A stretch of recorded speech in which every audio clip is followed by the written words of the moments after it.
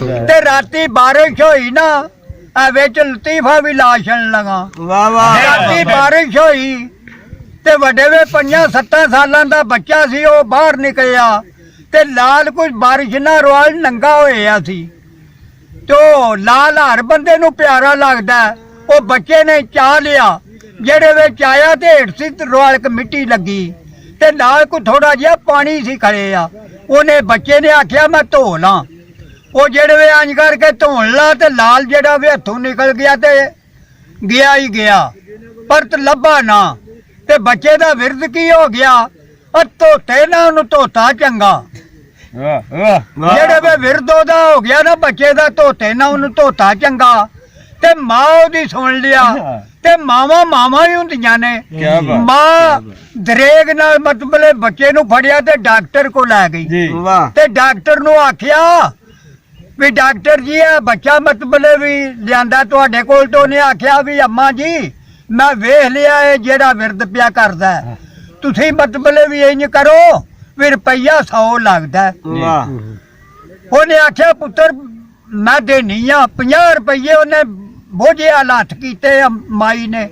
उन्हें आख्या पुत्र है 50 रुपये ने उन्हें आख्या अम्मा जी मैं इंज नहीं करना मैं कट्ठा 100 लेना ते तुसी इंज करो तुसी घर टुर जाओ ते बच्चा मेरे को रहन दियो वड्डे वे तुहाडे कोल लैके आवांदा जे बच्चा ठीक होया ते 100 दे छड़ियो माई आख्या गल पद्धर है माई टुर आई बच्चा उन्हें रखिया बच्चा राती विसर गया सुता ते ओनू याद ना ये गल रही वड्डे वे कोई ना आखे धोते ना ओनू धोता चंगा वाह बाबा जी वाह ओने डॉक्टर समझिया भी बच्चा ठीक हो गया 100 ते बड़ूछा ਉਹ ਲੈ ਕੇ ਜਿਹੜੇ ਵੇ ਗਿਆ ਨਾ ਤੇ ਉਹ ਜਿਹੜੇ ਵੇ ਮਾਈ ਦੇ ਬੂਹੇ ਅੱਗੇ ਗਿਆ ਨਾ ਤੇ ਅੱਗੇ ਬੰਦਾ ਸੀ ਖੜੇ ਆ ਉਹਨੇ ਆਖਿਆ ਡਾਕਟਰ ਜੀ ਮੈਂ ਤੇ ਤੁਹਾਡੇ ਹਾਲ ਚੱਲਿਆ ਸਾਂ ਮੈਨੂੰ ਕੋਈ ਕੰਮ ਸੀ ਡਾਕਟਰ ਆਖਿਆ ਯਾਰ 2 ਮਿੰਟ ਆ ਦਰਵਾਜ਼ੇ ਦੇ ਵਿੱਚ ਹੀ ਖਲੋ ਤੇ ਮੈਂ ਮਾਈ ਦੇ ਸਪੁਰਦ ਬੱਚਾ ਕਰ ਲਾਂ ਤੇ 100 ਰੁਪਇਆ ਆਪਣਾ ਮਤਲਬ ਵੀ ਲੈ ਲਾ ਉਹਨੇ ਆਖਿਆ ਠੀਕ ਹੈ ਉਹ ਬੂਹੇ 'ਚ ਖੜੇ ਆ ਉਹ ਮਾਈ ਦੇ ਕੋਲ ਲੈ ਕੇ ਟੁਰ ਗਿਆ ਤੇ ਆਖਿਆ ਅੰਮਾ ਜੀ ਬੱਚਾ ਆਪਣਾ ਚੈੱਕ ਕਰੋ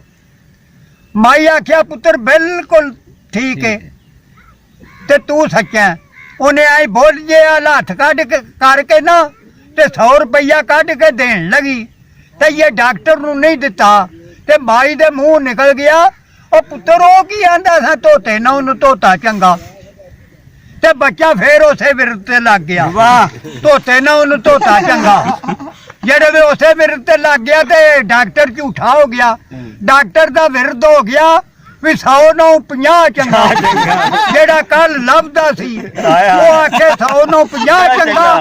तो आखे धोते ना उन्हें धोता चंगा ते माई दा विरद की हो गया माई ने आख्या भी पुछण ना उन्हें पुछण चंगा भी ना पुछदी ते ना रफड़ बनदा।